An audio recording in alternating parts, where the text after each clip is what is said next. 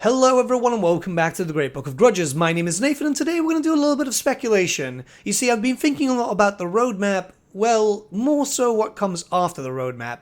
We know that we're getting a DLC for Tzeentch soon, after that it's Nurgle, and then it's been heavily implied with a picture that it's going to be Slaanesh. I'm imagining that they're going to keep this trend going on and try and sort out the monogods as much as possible. To be fair, the monogod factions don't need that much content, or don't really have that much missing, as demons themselves haven't really been introduced in a long time. Sure, we've had like a centerpiece model every now and then, but yeah, there's not been that many demons in the Warhammer fantasy, or well, in Warhammer in general. But if the trend continues, that would mean that Khorne would be next after Slaanesh. And this is a faction which, in all honesty, is fairly good. They need a few extra things, like, you know, some sort of mechanic to be able to spend skulls on, because later game, yeah, you've got a lot of skulls. But gameplay-wise, it's pretty solid. You just go and break stuff because that's what a Khorne faction does, and the roster itself is pretty much complete, barring a few things here and there. I imagine the Creative Assembly are just looking towards finishing the monogods off so then they can focus on all the other factions, as the monogod rosters are pretty large thanks to the whole Champions of Chaos scenario.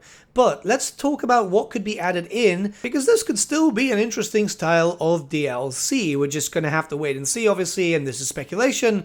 But yeah, I think I've got a pretty good idea. So when it comes to Legendary Lords, I'm still thinking that they're going to go the mortal route to add some mortals to the monogod faction. It would kind of make sense. And there's one character that makes a lot of sense to me. This is Scar Bloodwrath. Now yes, before anything, he was introduced during the End Times, but the lore stated during the End Times is that their tribe existed for a long time. Scar is the chieftain of the Scaramore tribe. These are Northmen that live within the Northern Chaos Wastes, because yes, there's tribes that live within the Chaos Wastes themselves, and the thing is that they actually have to fight to survive a lot more than, say, for example, Norskins or Kurgans, because the Northern Chaos Wastes, or just the Chaos Wastes in general, will throw stuff at them to test them. They're closer to the Chaos Gods, and that means that they're closer to their attentions. And the Scaramore have really proven themselves. A lot of them have been mutating very heavily, known as obviously Skulltakers and Wrathmongers. We'll talk about them a little bit later. But if you feel like Chaos Warriors of Khorne are terrifying, wait till you start to see the Scaramore tribe, and Scar would be the perfect warrior to lead them. You see, he wasn't really born into the role of chieftain. He wasn't the son of the war chief or anything.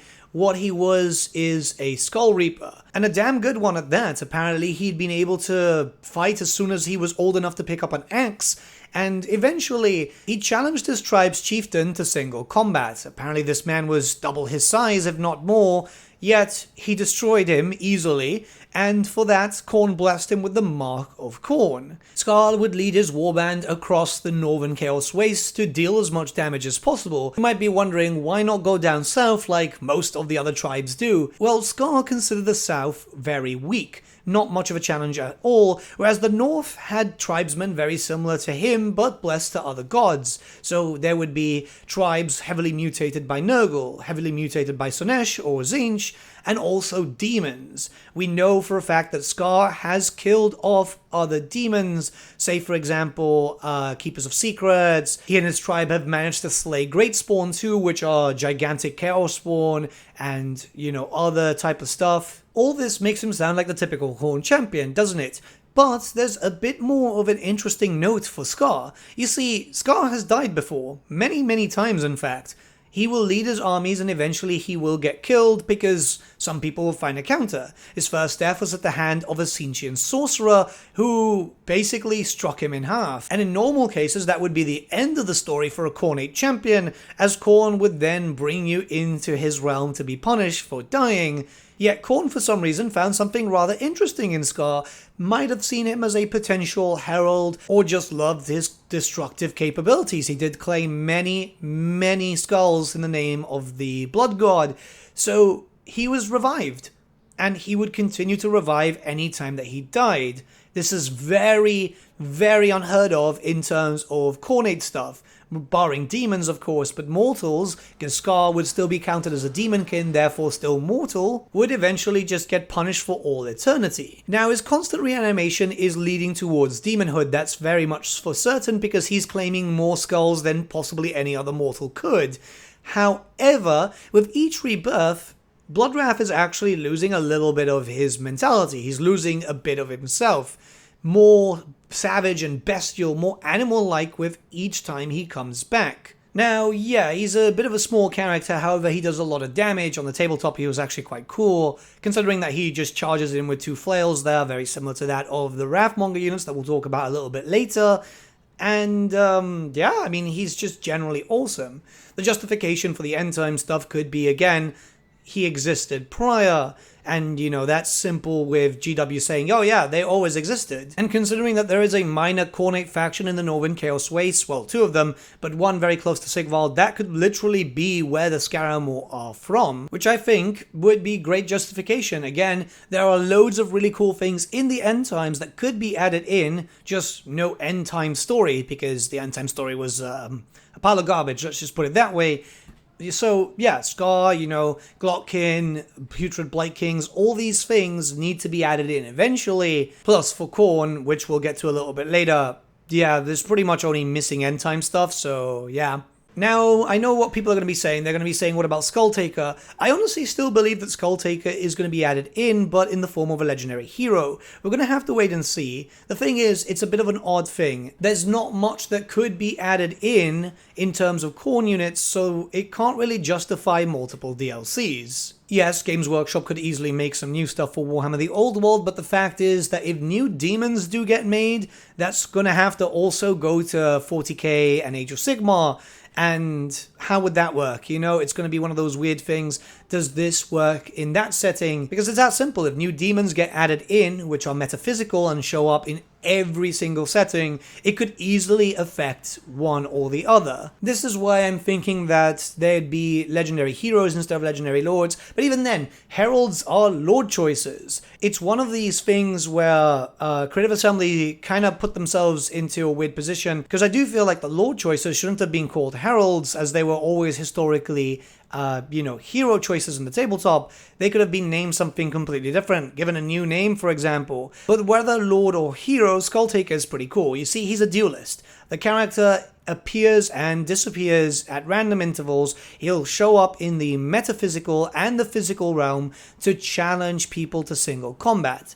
He's there just to kill off the best fighters around. And he does it very well. He is known as one of the best fighters in the setting. Unlike most Khorne demons, he's also known to be incredibly patient. We know of one event, for example, where he'll just stand outside, say, a Dwarven Karak or a Bretonnian council and issue a challenge and then just wait until someone shows up. Eventually he will get bored if there is no challenge, but he knows that in there's usually at least one who's going to ride out to meet him. He'll kill them off and disappear. Skulltaker really hasn't been beaten at all, barring losing once to Sigmar Heldenhammer, which means that Skulltaker has a burning hatred for those of the Empire of Man, and will happily challenge any of them when possible. And this is kind of why I imagine that he's not going to be a legendary lord. I feel like he's better just going out, assassinating characters. Having maybe a duel mechanic would be kind of cool, but other than that, yeah. I mean, you never know, Creative Assembly could surprise us. But I feel like Scar would be a bigger picture here. In all honesty, I was thinking, like you saw in a video before, that this character was going to be introduced in the Skulls event, because, you know, he's a character that goes out to claim skulls. It's a bit of a weird thing, but mind you, I'm very happy, extremely happy that we got Harry the Hammer. You never know, maybe future Skull events will just add in Khorne characters, because that kind of makes sense. There are obviously 2 other characters which would fit rather well here. Once again, we spoke about these as possible legendary heroes, because neither of the 2 can lead armies. Karanak is one of them, who is a Fleshhound of Khorne, a rather large one, as we can see. He's also got 3 heads. He is Khorne's puppy. This is the favorite dog that Khorne has in his roster, as he is the expert hunter. When Khorne senses a magic wielder who might be a bit of a problem to him, Khorne will send out Karanak, and Karanak will more than likely eat them. We're not going to talk about these characters too much because we did this in a previous video, but this character could easily be introduced as a way to buff up your Fleshhounds, to have like a whole army of Fleshhounds, which would be kind of fun. I know a lot of people might not be keen on that, but it would make sense for Karanak to boost up the capabilities of Fleshhounds and also be fantastic at taking out characters. Obviously, they'd have to be on foot or maybe on a horse. Any monstrous mounts might be a bit too strong, but he should have no problems whatsoever ripping apart a wizard, an Empire General, you know, a small character. And to be honest, I would love to see Karanak. Obviously, it's something cool because it's a three-headed dog. We had different looks of them of the past. The newer model is what's on screen right now, which was introduced in Age of Sigmar. A nice little update to the old one. Yeah, I mean, it's pretty much there. It looks just like the flesh hounds that we currently have, just with 3 heads. While this might not be the most exciting, you have to take into account that a lot of people did like Karanak on the tabletop, so it just kinda makes sense to bring in a fan favorite, right? The last character is obviously Sila. This is another character that we spoke about in the whole Skulls thing, but yeah, he can't lead armies. Essentially, this is a former tribesman of the North who got blessed so much by Khorne that he turned into a Chaos Spawn. In most cases, spawndom is actually a punishment once again by the Chaos Gods, but here it's more of a blessing. Sila is an incredibly powerful fighter, and while most of his mind is lost, there's a little bit still in there, unlike most Spawn who can't really act. The general consensus is that Chaos Spawn are more completely random than anything, whereas Sila has been known to be able to think and, you know, plan ahead on where to fight. Now, the fact is that that's not really much needed when you are a gigantic ape serpent power-infused chaos monkey, but yeah, I mean, it works very well. He can't lead an army. We know this for certain. He's a chaos spawn. They can't lead armies. So a legendary hero would be kind of cool.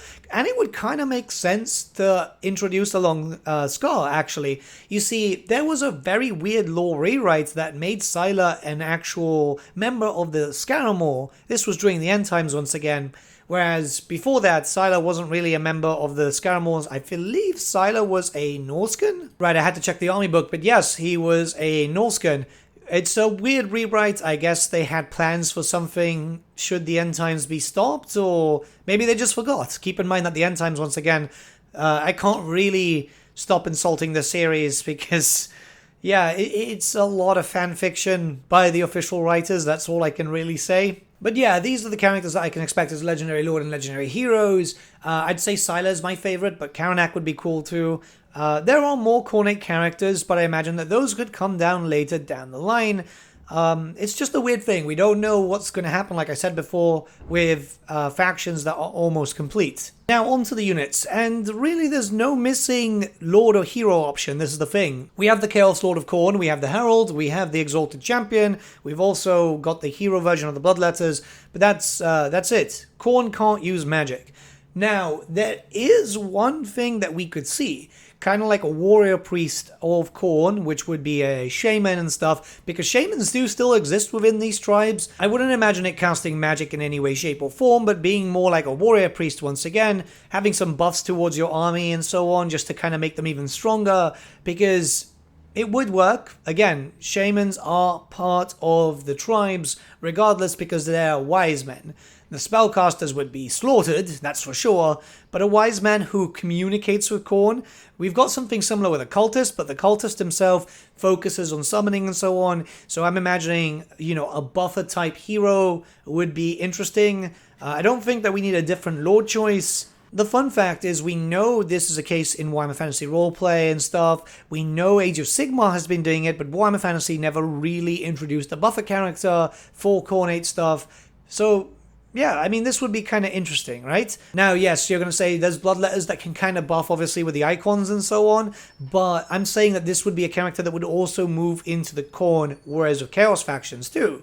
Because, again, these DLCs, these monogod-style DLCs, could benefit everyone. Well, not everyone, but you know what I mean. The factions that are directly linked to Khorne. Alright, we're going to jump into actual units now. And the first one are going to be the Khorne Gores. So, God-touched Gores are something that I miss terribly in the tabletop, and it's something that are slowly creeping back into Age of Sigmar. Hopefully they'll also be used in Warhammer the Old World too, because, I mean, why not, yeah?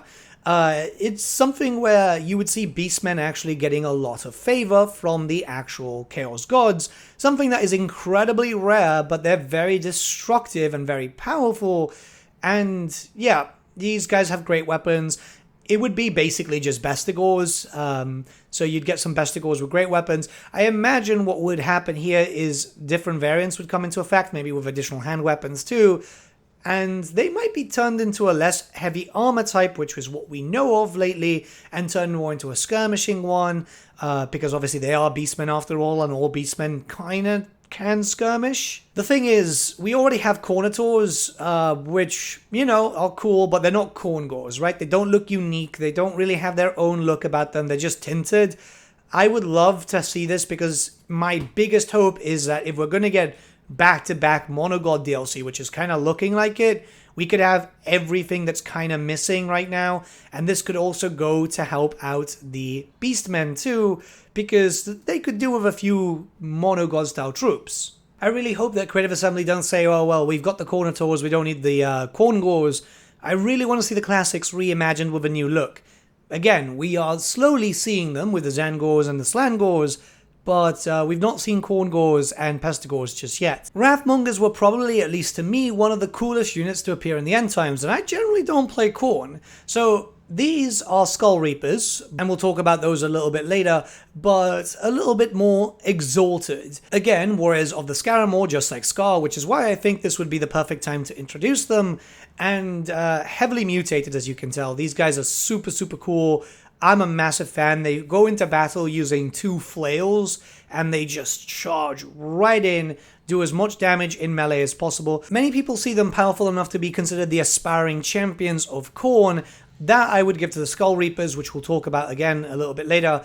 I would consider these a step forward, as they are very, very cool, very destructive, and let's be honest, yeah, I mean, Rule of Cool is a big thing here. If they're going to start adding stuff in from the end times, which I imagine will happen, then this is definitely something that needs to be implemented, as you could use these guys as a flanking unit. They'd be perfectly fine to charge straight into the enemy too. Just absolute whirling death. And who doesn't want a unit which is basically called a lunatic murdersmith, right? Like, the name says it all. Again, Khorne is not going to have much variety in terms of units, but they do have more scaling damage than anyone else, I would say. And the step below them would be the Skull Reapers, which again are heavily mutated Chaos Warriors, even called Elite Chaos Warriors, which is an interesting thing. Very mutated, loads and loads of weapons, destructive like anything else that's Khornate. I mean, you don't want to be caught between a Khornate army and anyone else, because the Khornate army will rip you apart. What we do know is that the Skull Reapers can have a variety of different weapons, mostly seen with additional hand weapons, dual weapons, and then there's one which kind of uses the Ogre version of a shield, which is an Iron Fist. It could be done as this is the step forward, right? You'd have them as normal units for Khorne, but if they were used with, say, Valkyria, then you could upgrade your Chaos Chosen of Khorne to Skull Reapers, and then after that you'd be able to upgrade your Skull Reapers to Wrathmongers. It kind of writes itself, and it makes a lot of sense. This would be the natural progression of things. With Khorne's normal faction, I mean, you'd just be building up and recruiting them en masse to do a lot of damage, either with just the Skull Reapers or mixed up with the Wrathmongers. I really want these. I really, really want these. I have a fair amount of them actually on the tabletop. They were cool. And I don't generally fall to Khorne stuff. You guys know that I mostly focus on Slaanesh, and then afterwards I'll probably go to a little bit of Tzeentch. But Khorne had some of the best looking models during the end times. Well, a lot of factions got ignored during the end times, let's be honest. But yeah, come on, you can see them on screen. Now, obviously, we can't talk about a Khornate DLC without talking about the Slaughterbrute. The Slaughterbrute itself isn't necessarily a Khornate creature. It's actually more of undivided. You can actually control these by means of magic, but we also do know that they can be controlled by the pure will of a certain character. Say, for example, a Khornate Lord who just is that imposing. You can pacify it and make it into your own very destructive doggo, essentially. And yeah, I mean, it's super cool. Slaughterbrute is one of those models which didn't really get too much attention during Warhammer Fantasy, I think. But it is highly destructive. It could be imagined that it could move fairly quickly, do a lot of damage. I think keeping it strictly to Khorne might be a good idea. In the same way as the Mutilative Vortex Beast isn't actually a Tzeentchian creature, but a lot of people see it and associate it with Tzeentch. Yeah, I think this could work out really, really well. And you could also give it to the Warriors of Chaos army. Perhaps with Khorne, it's strictly a Khorne creature, but with the Warriors of Chaos, you could actually have it as a normal recruitment thing, so everyone could recruit it. Again, it's not strictly a Khornate creature, and I think everyone would then benefit from it too. It would be nice to see some DLCs slowly affect other ones, like again we've seen with the Champions of Chaos affecting the monogods.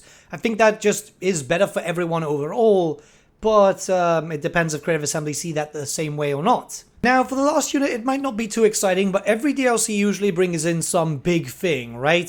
Charlemagne.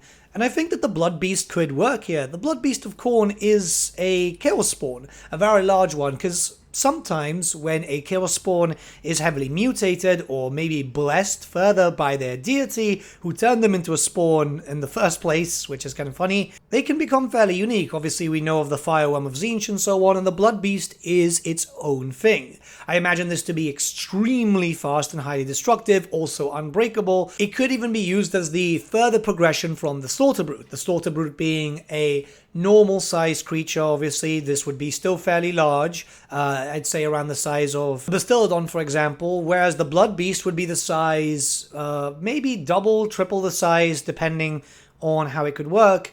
It would be interesting to see this, mostly because the design is fairly unique. There were never any miniatures of these, unfortunately. Mostly just artwork, and then they were introduced actually into the MMO, which is Age of Reckoning, but that's pretty much it. You might be wondering why there's not a lot of unique stuff for Khorne or pretty much any of the other Chaos Gods, and that's mostly because Chaos was always treated as an undivided root, and they got fairly ignored a lot, I must say. They got a little bit of attention during the end times, but even then that was just Khorne and Nurgle. Here's hoping that Warhammer the Old World will fix up a lot of those issues. I really, really hope so, because it would be nice to have more unique looking armies on the table. The great thing about this is it proves that Khorne doesn't really need too much, just a few units here and there. More unique mechanics would be interesting. Obviously, if Scar gets added in, he'd have to have something unique.